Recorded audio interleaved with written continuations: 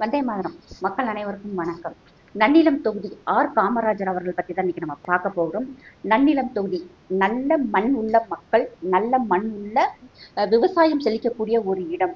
அங்க பார்த்தோம்னா அங்க 3 முறையை தொடர்ச்சியாக அதிமுகவினுடைய வெற்றி வேட்பாளராக காமராஜ் அவர்கள் இருந்திருக்காங்க. இப்ப இந்த முறையுமே அவருக்கு தான் அதிகமாக வாக்குகள் கிடைக்கும் அப்படின்னு சொல்லப்படுறாங்க. அதுக்கு முக்கியமாக காரணம் அவர் இருந்த வரைக்கும், அதாவது கிட்டத்தட்ட பார்த்தோம்னு சொன்னோம்னா நல்ல ஒரு விவசாய பூமியை நல்ல செழிப்பாக கொண்டு வந்திருக்காங்க. விவசாய கடன் தள்ளுபடி செஞ்சிருக்காங்க. எடப்பாடி ஆட்சியில நகைக்கடன் தள்ளுபடி செஞ்சிருக்காங்க. அது மட்டும் இல்லாம நீர் வசதி காவிரியிலிருந்து கரைமடை வரைக்கும் நீர் நல்ல முறையில வந்துகிட்டு இருந்திருக்கு. இது வரைக்கும் அந்த ஏரியாவில் மத கலவரங்கள் எதுவுமே நடக்கல. குடிநீர் நல்ல முறையில கிடைச்சிருக்கு. சாலை போக்குவரத்து நிறைய விஷயங்கள் நல்ல விஷயங்களாக செஞ்சிருக்காங்க. இந்த முறை பார்த்தோம்னா மறுபடியும் இவரே நிக்கிறாங்க. ஆனா எடப்பாடி ஐயார் இருக்கும்போது அந்த மக்களுக்கு எந்த அளவுக்கு ஒரு விவசாய மக்களுக்கு சலுகைகள் கிடைச்சிக்கிட்டு இருந்ததோ அது எல்லாமே இந்த திமுக ஆட்சியில எல்லாமே ஸ்டாப் ஆயிருக்குன்னு சொல்றாங்க.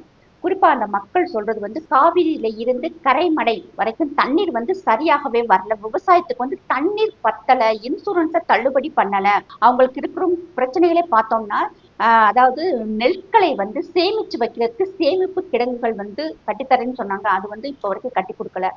தண்ணீர்ல நிறைய நெல்கள் நனைஞ்சிருச்சு அப்படின்னு சொல்றாங்க. இது எல்லாமே நமக்கு எல்லாருக்குமே தெரியும். திண்டுக்கல்ல இருந்து நிறைய விவசாய நிலங்கள் எல்லாத்துலயுமே பார்த்தோம்னா நெல்லை நினைய வச்சு முளைக்க வச்சிருந்தாங்க. அதை நம்மளே பார்த்தோம். ஆனா இதெல்லாம் பார்த்தோம்னா விவசாயிகள் கண்டிப்பாக இதை ஏத்துக்கிறவே மாட்டாங்க. அவங்களுக்கு தேவை விவசாயம் நல்ல முறையில இருக்கணும் தான் எல்லா மக்களுமே நினைக்கிறாங்க. பைபாஸ் ரோடு போட்டு தர்றோம், மெடிக்கல் காலேஜ் கட்டி தர்றோம், வேளாண்மை யூனிவர்சிட்டி கட்டி தர்றோம், வேளாண்மை காலேஜ் கட்டி தர்றோம், ஐடி கொண்டு வர்றோம், பாலிடெக்னிக் கொண்டு வர்றோம். அதாவது ஆடு புழுக்கம் போட்ட மாதிரி என்னென்ன வாக்குறுதிகள் கொடுக்க முடியுமோ அம்புடையுமே கொடுத்துருக்காங்க. ஆனா இதுல ஏதாவது ஒன்னாவது செஞ்சாங்கன்னா ஒண்ணு கூட செய்யலையாம். அதனாலதான் மக்கள் பார்த்தோம்னா இப்ப வரைக்குமே எங்களுக்கு கிடைச்சுக்கிட்டு இருந்த நிறைய சலுகைகளை இந்த கவர்மெண்ட் வந்ததுக்கு பிறகு எல்லாத்தையுமே ஸ்டாப் பண்ணிட்டாங்க அப்படின்னு சொல்லிட்டு மிகவும் ஒரு வேதனையோட வருத்தத்தோட சொல்றாங்க. அங்க இருக்கும் மருத்துவமனையில கூட மருத்துவர்கள் பற்றாக்குறையாக இருக்கும், மருந்துகள் பற்றாக்குறையாக இருக்குன்னு சொல்லிட்டு மிகப்பெரிய ஒரு குறையாக இருக்கு. இது அங்க மட்டும் இல்ல, தமிழ்நாட்டுல பெரும்பாலான மாவட்டங்கள்ல இந்த குற்றச்சாட்டு இருக்கு. எல்லா ஊர்லயுமே பார்த்தோம்னா மருத்துவர்கள் பற்றாக்குறை இருக்கு, மருந்துகள் மிகவும் பற்றாக்குறை இருக்கு. இதனாலே பார்த்தோம்னா ஆனா முதல்ல எடப்பாடி ஐயா ஆட்சியில இருக்கும்போது மாத்திரைகள் அவ்வளவு சர்வசாதாரணமாக கிடைக்கும். ஊசி போடுவாங்க.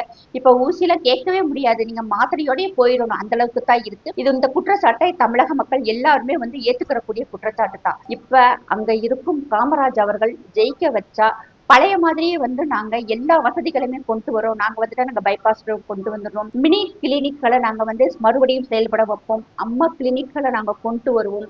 அதாவது அம்மா ஆட்சியில இருக்கும்போது என்னென்ன வசதிகள் இருந்தோ அத்தனையுமே நாங்க செய்யறோம் அப்படின்னு சொல்லிட்டு காமராஜ் அவர்கள் வாக்குறுதி கொடுத்துருக்காங்க. அது மட்டும் இல்லாம இவர் அந்த மண்ணின் மைந்தன், மக்களோட மக்களாக நல்ல ஒரு க்ளோஸா பழகக்கூடிய ஆள்.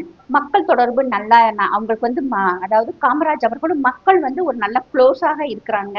வாக்கு வங்கி நல்ல ஸ்ட்ராங்காக இருக்கு. ஏன்னா 3 முறையுமே அவர் தான் வந்திருக்காரு. இந்த முறையும் அவர் வர்றதுக்கு அதிகமான வர்றதுக்கே அதிகமான வாய்ப்புகள் தான் இருக்கு. ஏன் அப்படின்னு சொல்றோம்னா இவர் சொல்லப்பட்ட வாக்குறுதிகளை நான் நிறைவேற்றி கொடுத்துட்டு இருந்திருக்காரு. மறுபடியும் நான் வந்தா நிறைவேற்றுவேன் அப்படின்னு சொல்றாங்க.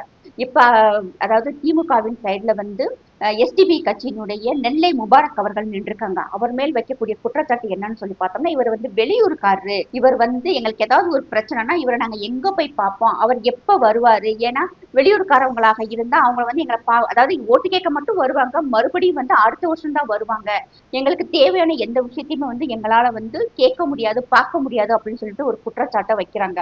அது மட்டும் இல்லாம இப்ப திமுகவின் மேல இருக்கும் அதிருப்தி பார்த்தோம்னா அத்தனை வேட்பாளர்கள் மேல இருக்கு. அதுதான் உண்மை. வேட்பாளர் நல்ல வேட்பாளர் நெல்லை முபாரக் அவர்கள், இவர் மட்டும் இல்ல மற்ற ஆட்கள் யாருமே நல்லா இருந்தாலுமே திமுக கட்சியினர் மேல இருக்கும் அதாவது எதிர்ப்பு அதிருப்தி பார்த்தோம்னா போற இடங்கள்ல பூராமே பார்த்தோம்னா பத்தி விடுறாங்க. மக்கள் துரத்தி விடுறாங்க. அதுதான் இங்க முக்கியமான விஷயம். இப்ப அதே ஒரு எதிர்ப்பு நிலை நெல்லை முபாரக் அவர்கள் மேல இருக்கு. இவர் வெளியூருக்காரு, எங்களுக்கு எதுவுமே செய்ய மாட்டாரு, அதனால எதுக்கு நாங்க நிக்கணும் அப்படின்னு சொல்றாங்க. இன்னொன்னு பார்த்தோம்னா இவர் இஸ்லாமியராக இருக்கிறதுனால அந்த திமுக கட்சியினரே எதுக்கு இவரை கொண்டு இந்த சூழ்நிலையை நிப்பாட்டுறாங்க, இருக்கிற ஓட்டுமே போயிரும் அப்படிங்கிற ஒரு குற்றச்சாட்டுமே இருக்கு. கமெண்ட்ல பார்த்தாலுமே எல்லாருமே என்ன சொல்றாங்கன்னா வெளியூருக்காரரு எங்களுக்கு வேண்டாம், எங்களுக்கு எங்க ஊருக்காரரு தான் வேணும் அப்படின்னு சொல்லிட்டு சொல்றாங்க. அதாவது மக்கள் டைரக்டாவும் இன்டைரக்டாவுமே இந்த முறை எதிர்ப்புகளை வந்து அதாவது நல்ல ஸ்ட்ராங்கா வந்து பதிவு செய்யறாங்க. திமுக கவர்மெண்ட் வந்ததுக்கு பிறகுதான் பார்த்தோம்னா இவ்வளவு போதை மாத்திரைகள் வந்து ஈஸியா எங்களுக்கு கிடைக்குது. பசங்க வந்து ரொம்ப கெட்டு போயிட்டாங்க. அது மட்டும் இல்லாம இருக்கிற மாவட்டங்களே அந்த மாவட்டத்துல தான் வலி நிவாரண மாத்திரைகள் வந்து அதிகமாக வாங்குறாங்க. எங்க ஊர் பிள்ளைய நிறைய பேர் வந்து அந்த போதை பத்தாம வலி நிவாரண மாத்திரைகள் யூஸ் பண்றாங்கன்ட்டு அந்த ஊர்க்காரங்களே வந்து ரொம்ப வேதனையோட சொல்றாங்க. உண்மையிலே இது வந்து ரொம்ப கஷ்டமான விஷயம் தான். நம்ம தமிழ்நாடு எதை நோக்கி போயிட்டு இருக்குன்னு பார்க்கணும். அதாவது போதை கலாச்சாரம், விலைவாசி உயர்வு எல்லாமே அங்க இருக்கு. அப்ப காமராஜ் அவர்கள் நான் வந்தேன்னா எல்லாத்தையும் கண்டிப்பாக நான் கட்டுப்படுத்துவேன் அப்படின்னு சொல்லிட்டு வாக்குறுதி கொடுத்துருக்காங்க. மக்கள்கிட்ட வந்து ஈஸியா கனெக்ட் ஆகுறாரு. நெல்லை முபாரக் அவர்கள்ட்ட வந்து அந்த ஈஸியா கனெக்ட் பண்றது கூட அவங்கள்ட்ட இல்ல. அவர் வந்து ஒரு கேம்பெயின் வண்டியில இருக்காரு. அந்த வண்டியில கூட இஸ்லாமிய அந்த அரபிக் வேர்ட்ஸ் இருக்கிறதெல்லாம் தூக்கி போட்டு சோசியல் மீடியா தூக்கி போட்டு பாத்துக்கோங்க. இப்பயே இவர் வந்து தான் வர்றதுக்கு முன்னாடியே அவங்களுடைய மதத்துக்காரர் வண்டியை தான் இவர் வாடகைக்கு எடுக்கிறாங்க.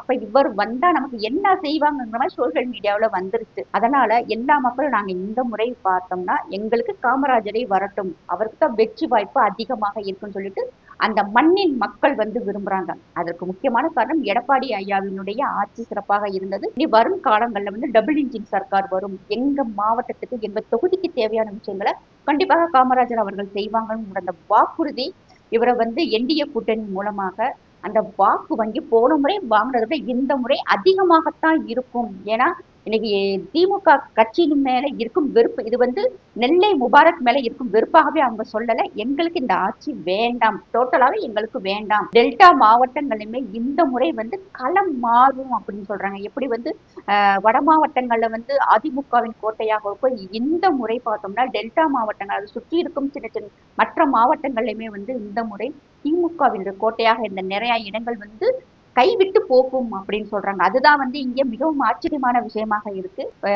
இந்த முறை நன்னிலத்தினுடைய தொகுதி வெற்றி வேட்பாளராக இருக்கக்கூடிய ஆர் காமராஜ் அவர்கள் வெற்றி பெறறதுக்கு அதிகமான வாய்ப்புகள் இருக்கு. அவர் தான் வெற்றி பெறணும் அப்படின்னு சொல்லிட்டு அந்த மக்களும் நினைக்கிறாங்க. நல்ல ஆட்சி மலரணும்னா கண்டிப்பாக எல்லாரும் என்டிஏ கூட்டணிக்கு ஓட்டு போடணும்னு சொல்லிட்டு தான் எல்லாருமே நினைச்சிட்டு இருக்காங்க. கண்டிப்பாக எடப்பாடியார் ஆட்சி அமைய மக்கள் எல்லாரும் அவருக்கு வந்து ஒரு நல்ல ஒத்துழைப்பு கொடுக்கணும்னு சொல்லி கேட்டுக்கிறேன். ஜெய் ஹிந்த், ஜெய் பாரத்.